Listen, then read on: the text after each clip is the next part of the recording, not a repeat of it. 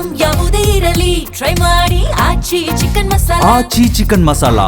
ನಿರ್ದೇಶಕರಿಗೆ ಎಷ್ಟು ಚೆನ್ನಾಗಿ ಮಾತಾಡಿದ್ರಲ್ಲ, ನಿರ್ದೇಶಕರು ತುಂಬ ಚೆನ್ನಾಗಿ ಮಾತಾಡಿದ್ರು. ನಾವು ಈ ಸಿನಿಮಾದ ಹಿನ್ನೆಲೆ ಸಂಗೀತ ಮಾಡುವಾಗ ನನ್ನ ಜೊತೆ ಇದ್ದವರು ನಾಗರಾಜ್ ಮತ್ತು ಶಿವಕುಮಾರ್ ಕುಟ್ಟಿಯವರು ನಿರ್ದೇಶಕರ ಮನೆಯಲ್ಲೇ ಸುಮಾರು 15 ದಿವಸ ಠಿಕಾಣಿ ಹೂಡಿದ್ವಿ.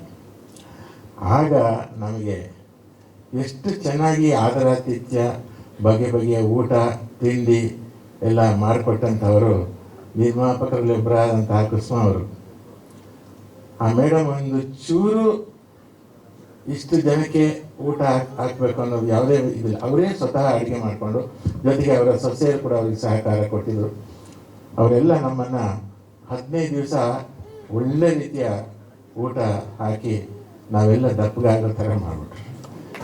ಚೆನ್ನಾಗಿ ತಿಂದು ಒಂದು ಒಳ್ಳೆಯ ಅನುಭವ ಅದು. ಬೆಳಿಗ್ಗೆ ಇದ್ದರೆ ವಾಕಿಂಗ್ ಹೋಗ್ತಾಯಿದ್ವಿ ನಾನು ಮತ್ತು ಡೈರೆಕ್ಟ್ರು, ಯಾಕಂದರೆ ತಿಂದಿದ್ದು ಕರಗಿಸ್ಬೇಕಲ್ಲ. ಹಾಗೆ ಈ ಚಿತ್ರದಲ್ಲಿ ಮೇಘನಾ ಹಳಿಯಾಳ ಬಂದಿದ್ದಾರೆ. ಎಲ್ಲಿಮ್ಮ ಬನ್ನಿಮ್ಮ, ಅಲ್ಲಿ ನಿಂತಿದ್ದಾರೆ ಮೇಘನಾ ಹಳಿಯಾಳ. ದರ್ಶನ್ ಬಂದಿದ್ದಾನ? ದರ್ಶನ್ ನಾರಾಯಣ್ ಬಂದಿಲ್ಲ. ಆಮೇಲೆ ಚೇತನ್ ನಾಯಕ್ ತುಂಬ ಸಿನಿಮಾಗಳಿಗೆ ಹಾಡ್ತಾ ಇರ್ತಾನೆ, ಕನ್ನಡದಲ್ಲಿ ತುಂಬ ಹಾಡಿದ್ದಾನೆ, ಆದರೆ ಇನ್ನೂ ಸರಿಯಾಗಿ ಗುರುತಿಸಲಿಲ್ಲ ಯಾರು. ಆ ಚೇತನ್ ನಾಯಕ್ ಹಾಡಿದ್ದಾನೆ ಮತ್ತು ಶ್ವೇತಾ ಪ್ರಭು ಅವರು ಹಾಡಿದ್ದಾರೆ. ಯಾರು ಬಂದಿದ್ದರೆ ಎದ್ದು ನಿಂತ್ಕೊಳ್ಳಿ. ಆಮೇಲೆ ರಿಷಬ್ ಮೆಹ್ತಾ ಅಂತ, ಈತ ಮೂಲತಃ ರಾಜಸ್ಥಾನಿ ಆದರೂ ಕೂಡ ಕನ್ನಡ ಚೆನ್ನಾಗಿ ಬರುತ್ತೆ, ಚೆನ್ನಾಗಿ ಕೀಬೋರ್ಡ್ ನುಡಿಸ್ತಾನೆ, ಚೆನ್ನಾಗಿ ಹಾಡ್ತಾನೆ. ಹೀಗಾಗಿ ನಾವು ಏನು ಮಾಡಿದ್ವಿ, ಎಲ್ಲ ಇಲ್ಲಿಯ ಸ್ಥಳೀಯ ಗಾಯಕರನ್ನೇ ನಾವು ಇದರಲ್ಲಿ ಹಾಡಿಸಿದ್ವಿ. ಆಮೇಲೆ ಈ ವೀರಗಾಸೆಯ ಹಾಡುವಾಗ ನನಗೆ ಅನಿಸಿದ್ದು ನಮ್ಮ ವಿಷ್ಣು ರಾಮನ್ ಅವರು. ಭಾಳ ವರ್ಷಗಳಿಂದ ಕನ್ನಡ ಚಿತ್ರರಂಗದಲ್ಲಿ SPB ಅವರ ರೀತಿಯಲ್ಲಿ ಹಾಡ್ತಾ, ಸ್ವತಃ ಬೇರೆ ಚಿತ್ರಗಳಿಗೆ ಅವ್ರದ್ದೇ ಒಂದು ಧ್ವನಿಯಲ್ಲಿ ಹಾಡ್ತಾ ಇದ್ದಂತಹ ಎಲ್ಲರಿಗೂ ಗೊತ್ತು. ವಿಷ್ಣು ರಾಮನ್ ಅಂದರೆ ಎಲ್ಲರಿಗೂ ಗೊತ್ತು. ಅವರು ಇದರಲ್ಲಿ ಹಾಡಿದ್ದಾರೆ.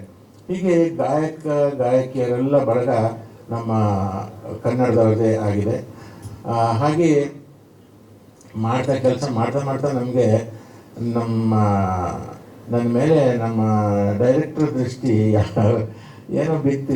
ಏನಾದ್ರು ಸುಮ್ಮನೆ ಮಾಡಬಾರ್ದು, ಒಂದು ಆ್ಯಕ್ಟಿಂಗ್ ಅನ್ನೋದು ವಿಶೇಷವಾಗಿ ಕೊಡಬೇಕು ಅಂತ ನನಗೊಂದು ವಿಶೇಷ ಗೆಟಪ್ ಕೊಟ್ಟರು. ನಾನು ಫೋಟೋ ನೋಡಿದಾಗ ನನ್ನ ಗುರುತು ನನಗೆ ಸಿಗಲಿಲ್ಲ. ಆ ಥರದ್ದು ಗೆಟಪ್ ಕೊಟ್ಟರು. ಅದಕ್ಕೆ ಸಾಧ್ಯ ಆದಷ್ಟು ಪ್ರಯತ್ನಪಟ್ಟು, ಇನ್ನೊಂದೇನೆಂದರೆ ಡೈರೆಕ್ಟ್ರು ಏನು ಹೇಳಿಕೊಟ್ರು ಅದೇ ಥರ ಮಾಡಿದ್ರಿ. ಅದೇನಾದ್ರು ಚೆನ್ನಾಗಿಲ್ಲ ಅಂದರೆ ಡೈರೆಕ್ಟ್ರು ಆದರೆ ಹಾಗಾಗಿಲ್ಲ. ಅವರು ತುಂಬ ಚೆನ್ನಾಗಿ, ಆಮೇಲೆ ಸ್ವತಃ ಡೈರೆಕ್ಟ್ರು ಒಂದು ಪಾತ್ರ ಮಾಡಿದ್ದಾರೆ, ಅದು ಕೂಡ ತುಂಬ ಚೆನ್ನಾಗಿ ಮಾಡಿದ್ದಾರೆ. ಒಬ್ಬ ಋಷಿಯ ಪಾತ್ರ ಮಾಡಿದ್ದಾರೆ ಅವರು, ಅವ್ರದ್ದು ಕೂಡ ಗುರುತು ಸಿಗಲ್ಲ. ಹೀಗೆ ನಾವು ಇದರಲ್ಲಿ ಏನಾದರೂ ವಿಶೇಷವಾಗಿ ಮಾಡಬೇಕು ಅಂತ ಡೈರೆಕ್ಟರ್ ಒಂದು ತುಳಿತ. ಇನ್ನೊಂದು ಡೈರೆಕ್ಟ್ರದ್ದು ಮತ್ತು ನಂದು ಪರಿಚಯ ಹೇಳ್ಬೇಕಂತಂದರೆ, ನಾನು ಕಾಶಿನಾಥ್ ಸರ್ಗೆ ಅಸಿಸ್ಟೆಂಟಾಗಿ ಕೆಲಸ ಮಾಡ್ತಿದ್ದಾಗ ನಮಗೆ ಪರ್ಮನೆಂಟಾಗಿ ಫೋಟೋಗ್ರಾಫರು ವಾಲಿ ಸಜ್ಜನರಾವ್ ಸರ್ಕಲಲ್ಲಿ, ನಿಮಗೆ ಹೆಚ್ಚಿನವರಿಗೆ ಗೊತ್ತಿರಲಿಕ್ಕಿಲ್ಲ, ಅಲ್ಲಿ ಸಜ್ಜನರಾವ್ ಸರ್ಕಲಲ್ಲಿ ವಾಲಿ ಸ್ಟುಡಿಯೋ ಅಂದರೆ ಫೇಮಸ್ಸು. ನಮ್ಮದು ಅಡ್ಡ ಅದು. ಕಾಶಿ ಶಿಷ್ಯರೆಲ್ಲ ಹೋಗಿ ಅಲ್ಲಿ ಕೂತ್ಕೊಂಡು, ಯಾಕಂದರೆ ಅವರು ಫೋಟೋ ಪ್ರಿಂಟ್ ಹಾಕೋದು ಲೇಟು, ನಾವು ಹೋಗಿ ಕಾಯಬೇಕು, ದಿನಗಟ್ಟಲೆ ಕಾಯಬೇಕು. ಆಗ ಒಂದು ಚಿಕ್ಕ ಹುಡುಗ ಅಲ್ಲಿ ಆ ನೆಗೆಟಿವ್ನ ಕ್ಲೀನ್ ಮಾಡೋದು, ಆವಾಗೆಲ್ಲ ನೆಗೆಟಿವನ್ನ ಒಂದು ಸೊಲ್ಯೂಷನಲ್ಲಿ ಹಾಕಿ ಕ್ಲೀನ್ ಮಾಡಿದೆ, ಅದಕ್ಕೊಂದು ಅಸಿಸ್ಟೆಂಟು.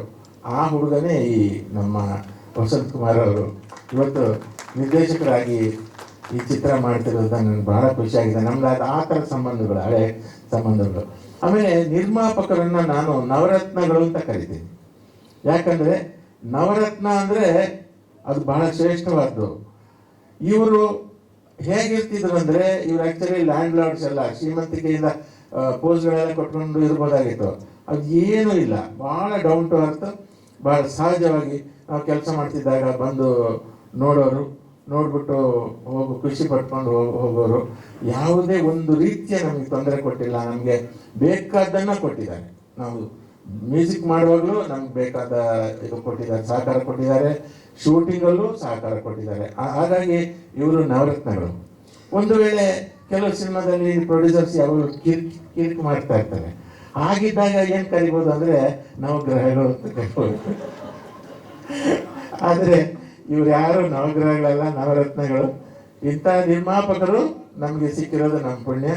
ಹೀಗಾಗಿ ನಾನೇನು ಹೇಳ್ತಾ ಇದ್ದೆ ಅಂದರೆ, ಈ ಸಿನಿಮಾ ಹೇಗಾದರೂ ಗೆಲ್ಲೇಬೇಕು, ಗೆದ್ದು ಅವರ ನವರತ್ನಗಳು ಮತ್ತೆ ಮಿನುಗಬೇಕು.